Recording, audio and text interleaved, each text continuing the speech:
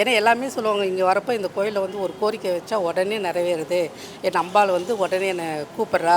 அந்த குழந்தையா தூக்கிட்டு வந்தானே அவர் பெரியவர் ஆகி கல்யாணம் ஆகி அவருக்கும் இந்த அம்மாவோட அருளால் குழந்தை இருக்குது. காரியம் நிறைவேறணும், அம்பாளுடைய சக்தி அங்கே வரணும். ஏன்னா அவங்க வேற்றி மதத்தவங்க. இங்கே வந்து சீர்வரிசை கொண்டு வந்து அதை சீர்வரிசையோடு எடுத்துகிட்டு வந்து முருகரை மாப்பிள்ளை அழைப்போடு கொண்டு வந்து இந்த கல்யாணம் பண்ணுறது வந்து ரொம்ப நல்லாயிருக்கும். எனக்குள்ள அந்த தெய்வம் வந்து சொல்லும், இல்லைன்னா நான் அந்த ஒரு பொறுப்பு வேலை இருக்க மாட்டேன்.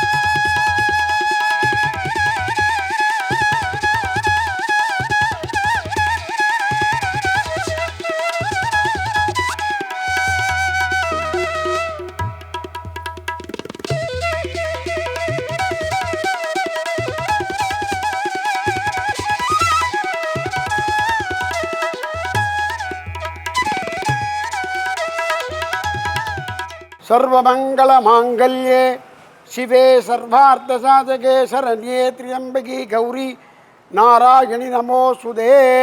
எல்லாம் வல்ல அருள்மிகு திரு புராதன மாரியம்மன் ஆலயத்திலிருந்து இன்று நம்ம பேசுகின்றோம். இந்த ஆலயம் வந்து சென்னையிலே விருகம்பாக்கம் மாரியம்மன் கோவில் தெருவிலே அமைந்திருக்கின்றது. புராதனமான, அதாவது பழமை வாய்ந்த ஆலயம். அதனால புராதன மாரியம்மன். ஏறதால 250 வருஷத்துக்கு மேலாகப்பட்டது இந்த ஆலயம். இந்த ஆலயம் முன்னால சின்ன கொட்டையில தான் அந்த அம்பாள் வீட்டிலிருந்து இப்போ 24 வருஷத்துக்கு முன்னாடி ஒரு கும்பாபிஷேகம் பண்ணி இந்த ஆலயத்தை இவ்வளவு சிறப்பாக கட்டி முடித்தார்கள். அதுக்கப்புறம் கடந்த வருஷம் 24வது வருஷத்தில் அந்த கும்பாபிஷேகம் அடியேனால் நடத்தப்பட்டது. அன்றிலிருந்து இன்று வரை இங்கே விசேஷ பூஜைகள் எல்லாம் சிறப்பாக நடைபெற்று கொண்டிருக்கின்றது. இந்த பூஜையில் வெளியூரில் இருந்தெல்லாம் நிறைய அடியார்கள் பக்தர்கள்லாம் வருகின்றார்கள். இந்த ஆலயத்தின் தன்மை என்ன என்று கேட்டால், புராதனமான ஆலயம், பழமை வாய்ந்தது, 250 வருஷத்துக்கு மேற்பட்டதுனாக்கா அதுக்கு ஒரு பெருமை இருக்குது, அதுக்கு ஒரு மதிப்பு இருக்குது, அதுக்கு ஒரு தன்மை இருக்கின்றது. அந்த மாரியம்மன் ஆலயத்தில் இப்போது நான் வந்து 12 வருஷமாக இந்த ஆலயத்தில் குருக்களாக இருக்கின்றேன். இந்த ஆலய நிர்வாகத்தினரெல்லாம் ரொம்ப சிறப்பாக இந்த ஆலயத்தை நிர்வகித்து கொண்டு இருக்கின்ற இந்த வேளையில் அடியன் வந்து இந்த ஆலயத்தை பொறுப்படுத்தி 12 வருஷமாக நவராத்திரி பூஜை, சிவராத்திரி பூஜை, ஆடி மாத உற்சவங்கள், ஆடிப்பூர விழா மற்றும் சித்ரா பௌர்ணமி, வைகாசி அடுத்த மாதம் வைகாசி விசாகத்தில் சிறப்பான ஒரு திருமாங்கல்யம் முருகனுக்கு நடைபெற இருக்கின்றது. அப்படி பல சந்தோஷமான நிகழ்ச்சியெல்லாம் இந்த ஆலயத்திலே பக்தர்களுக்காக நாங்கள் பண்ணிட்டு இருக்கோம். அரிது மானிடரால் பிறப்பல் அரிது, அதனிலும் அரிது கூன் குருடு செவிடு பேடி நீங்கி பிறப்பல் அரிதுன்னு ஔவையார் சொன்னார். அப்படிப்பட்ட பிறப்பை நாங்கள் பிறந்திருக்கின்றோம். அப்படி அந்த பிறப்பிலே நாங்கள் பிறந்தனுடைய தன்மை என்னவென்று கேட்டால், இந்த மாதிரி தெய்வ வழிபாடுகளிலே நம்ம ஒன்றில் கலக்க வேண்டும்.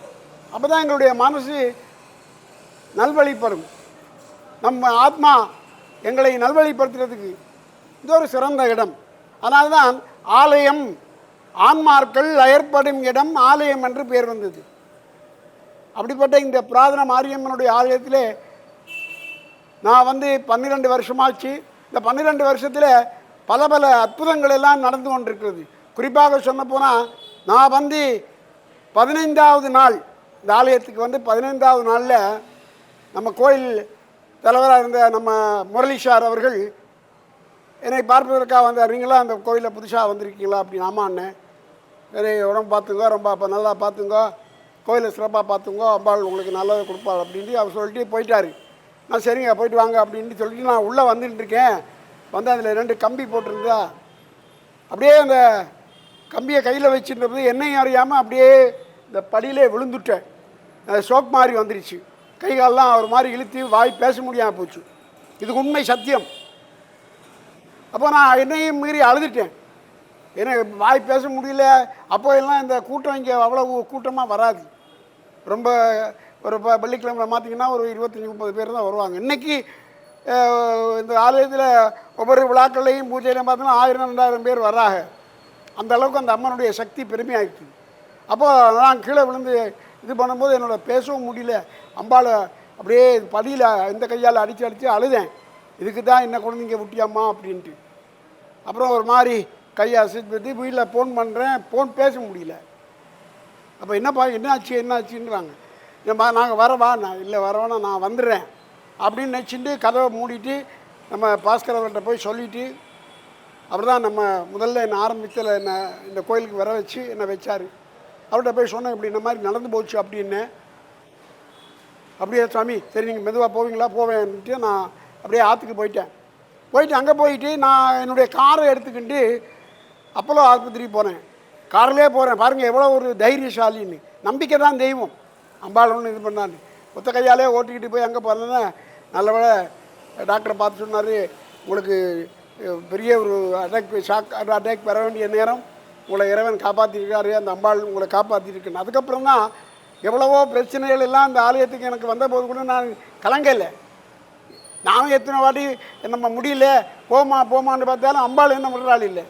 அகிலாண்ட கோடி பிரம்மாண்ட நாயகி கலிகு தேவதா மாரியம்மாவே போற்றி போற்றி. எங்கள் புராதன மாரியம்மாவே போற்றி போற்றி. இந்த கோயில் வந்து 250 வருஷத்துக்கு முன்னாடி இந்த கோயில் ஆரம்பித்தாங்க. ஜெயம் எங்கள் பூர்வீக கோயில் இது. எங்கள் அம்மாவுடைய தாய் வீட்டு கோயில் இது. என்னுடைய தாய் வீட்டு கோயில் சொல்லுவாங்க மாரியம்மன். இது வந்து 250 வருஷத்துக்கு முன்னாடி படவேட்டிலேருந்து கல் எடுத்துகிட்டு வந்து இங்கே வச்சு அதை வந்து ஒரு சின்ன சாமியாக செஞ்சு கும்பிட்டுட்டு இருந்தாங்க. எங்கள் அப்பா எங்கள் தாத்தா அவங்க எல்லோரும் வந்து இதை அப்போ போய் அங்கே போய் எடுத்துகிட்டு வந்தாங்க. எங்கள் அப்பா இல்லை, எங்கள் அப்பாவுடைய முன்னோர்கள் எல்லாம். எங்கள் அப்பாவுக்கு இந்த கோயிலை கட்டி பார்க்கணுன்னு ஆசை. அப்போ எங்கள் அப்பா வந்து ஆசைப்பட்டார், இந்த கோயில் நல்லா கட்டி நல்லா வரணுன்னு. அது அம்பா அணுகிறதுல அந்த கோயிலை கட்டி கும்பாபிஷேகம் நடந்தது. ரொம்ப சந்தோஷம். இது வந்து இந்த கோயிலை வந்து கட்டினது எங்கள் அண்ணன் தான் தர்மகத்தான். அவங்க தான் இதெல்லாம் பொறுப்பாக பார்க்குறாங்க கொள்கிறாங்க. இது வந்து பொதுவான கோயில். அதை எங்கள் கோயில் சொந்த கோயில்னாலும் பொதுவான கோயில். எல்லாருக்கும் ரொம்ப நல்லது செஞ்சுருக்கு.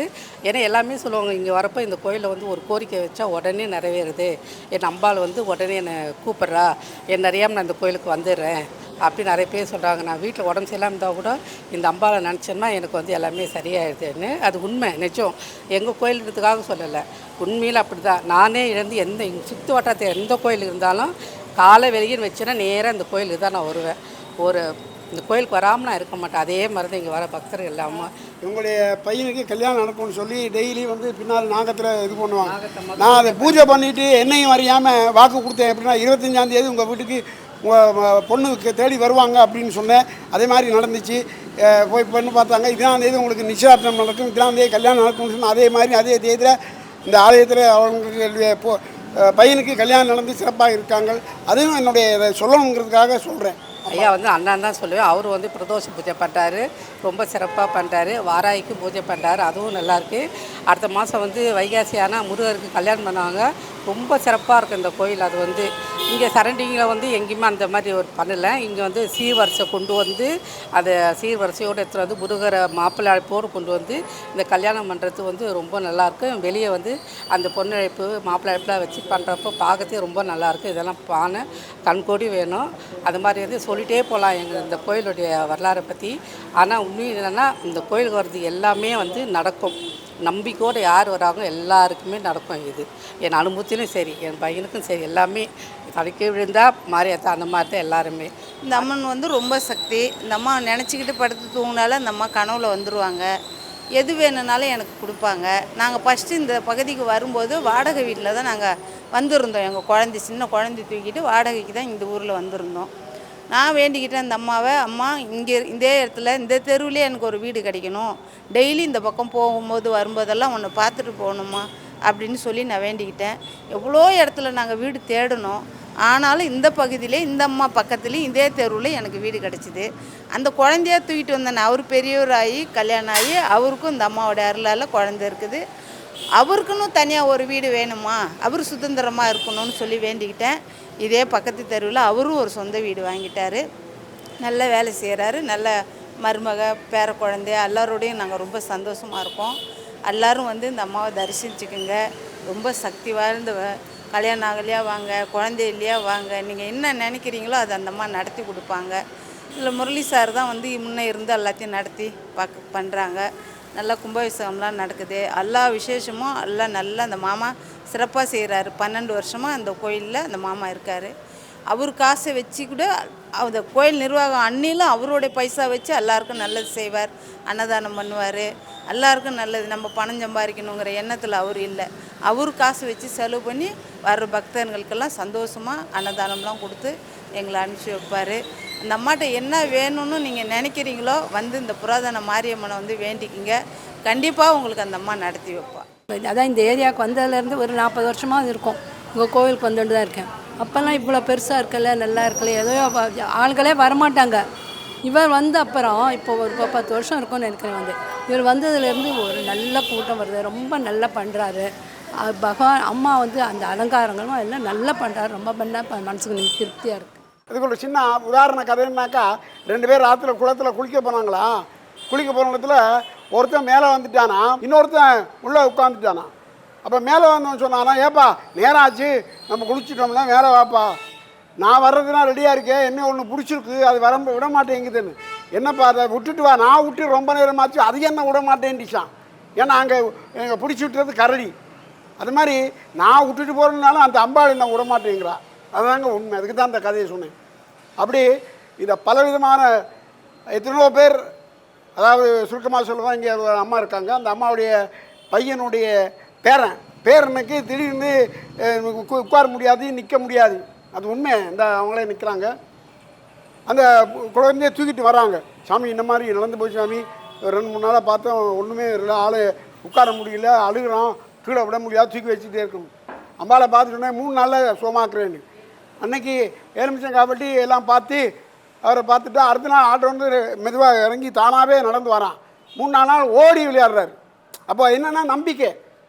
அதே மாதிரி ஒரு 15 வயசு ஒரு பொண்ணு எத்தனோ இடத்துல எத்தனோ டாக்டர்லாம் போய் இந்த பள்ளிவாசலெல்லாம் போய் என்னமோ காப்பு கட்டி எத்தனை 40-50,000 செலவு பண்ணாங்க.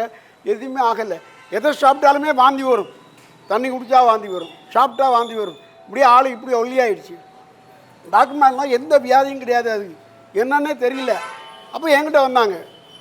நான் என்ன சொன்னேன், சரி அம்பாளை பார்த்தேன், சரி நான் உங்களை இது 3 நாளில் குணமாக்கி தரேன் அப்படின்னு சொல்லிவிட்டு, இந்த 3 நாளில் அவளுக்கு அந்த எலுமிச்சங்காய் வெட்டி அதை வச்சு பார்த்தேன். 3ஆம் நாள் இளநீ ஒன்று வெட்டி நானே கொடுத்தேன் கையில், குடிமான்னு குடித்தா ஒன்றுமே இல்லை. அதுக்கப்புறம் அந்த குழந்தைக்கு என்ன செய்யணுமோ அந்த பரிகாரமெல்லாம் பண்ணி இன்றைக்கி அந்த குழந்தை இன்றைக்கி 6-7 வருஷம் ஆச்சு, நல்லா இருக்கா இன்றைக்கி. அப்போது இது அதே மாதிரி இப்போ கிட்ட சமயத்தில் ஒரு 10 நாளைக்கு முன்னாடி 2 பேர் வந்தாங்க. அவங்க வீட்டில் பிரச்சனை இருக்கா, நீங்கள் ஒன்று சொல்லாங்க, நானே சொல்லிக்கிறேன்ட்டு எலுமிச்சங்காய் வட்டி பார்த்து சொன்னேன், இப்படி பிரச்சனை இருக்குது, உங்கள் வீட்டில் பிரச்சனை இருக்கும், வீட்டில் அம்மா இருக்க மாட்டாங்களா, வீட்டுக்காரம்மா இருக்க மாட்டாங்க. அப்படி ஆமாம் சாமி, அவங்க இறந்து 4 வருஷம் ஆச்சு. இல்லை அது எப்படி அது ஏன் நான் சொல்கிறேன்னா, எனக்குள்ள அந்த தெய்வம் வந்து சொல்லும், இல்லைன்னா நான் அந்த ஒரு பொறுப்பு வேலை இருக்க மாட்டேன். அதே மாதிரி இந்த கோயிலில் உள்ள அத்தனை பெரிய பெரிய விழாக்கள் எல்லாம் தனிப்பட்ட முறையில் நான் செய்கிறேன். அதனால தான் நிர்வாகம் என்ன செஞ்சுட்டாங்க, சாமி நீங்களே நடத்துங்க, நல்லா பண்ணுறீங்க, உங்கள் இஷ்டத்துக்கே தனிப்பட்ட முறையில் நாங்கள் விட்டுறோம், நாங்கள் இதுக்கு தலை போட்டாக்கா ஒன்றும் நடக்காது, நீங்கள் நல்லா பண்ணுறீங்கன்ற அந்த ஒரு வார்த்தையினால் நான் எதை பண்ணாலும் திறம்பட சிறப்பாக 4 பேர் மதிக்கிற மாதிரி தான் பண்ணுறேன். அப்படிப்பட்ட இந்த விழாக்களில் நவராத்திரி 10 நாள், அந்த 10 நாள் நவராத்திரியில் வந்து உட்காந்து 10 நாளும் பூஜையில் கலந்து கொள்ளவர்களுக்கு கிட்டத்தட்ட 150 பேர் வருவாங்க. மோதிரம் பரிசு கொடுத்துருக்கேன், 32 இன்ச்சு டிவி கொடுத்துருக்குறேன், ஃபேனு, மிக்சி, கிரைண்டர், கேஸ் அடுப்பு, இதெல்லாம் என்னென்ன மக்களுக்கு தேவையோ அதெல்லாம் நான் வருஷம் கொடுத்துட்டுருக்கேன். அது என்னுடைய சொந்த பணம். கோயிலில் யார்கிட்ட நான் வாங்குறதில்ல, என்னுடைய சொந்த பணம். ஏன்னா நான் வெளியில் 4 பணம் சம்பாதிச்சாலும் எனக்கு ஒரு மனசில் ஒரு ஆசை, நான் பிறந்தோம் வளர்ந்தோம் இறந்தோம் என்று இல்லாமல் மக்களுக்கு ஏதாவது என்னால் முடிஞ்சதை செய்யணுமே. ஒரு கோயிலில் போனோம், அந்த குருக்கள் இப்படி பண்ணார், நம்ம இல்லாத காலத்தில் கூட அதை சொல்லுவாங்கல்ல. அப்போ அது தெய்வத்துக்கு நாம் செய்கிற ஒரு பணி. அது எது எல்லா வீட்லேயும் இருக்கும், டிவி இருக்கும், திருவிழா இருக்கும், மோதிரம் இருக்கும். இருந்தாலும் அந்த ஒரு பொருளை கொடுக்கும் பொழுது தெய்வத்தினுடைய அருளாக வாங்குறாங்க பாருங்க, அதுதாங்க நிஜம். அப்படி பல அற்புதங்களெல்லாம் இங்கே நடந்து கொண்டு இருக்கின்றது. எங்கள் கோயிலுக்கு வந்து நான் ரொம்ப வருஷம் 20 வருஷமாக இந்த கோயிலுக்கு வந்துட்டுருக்கோம்.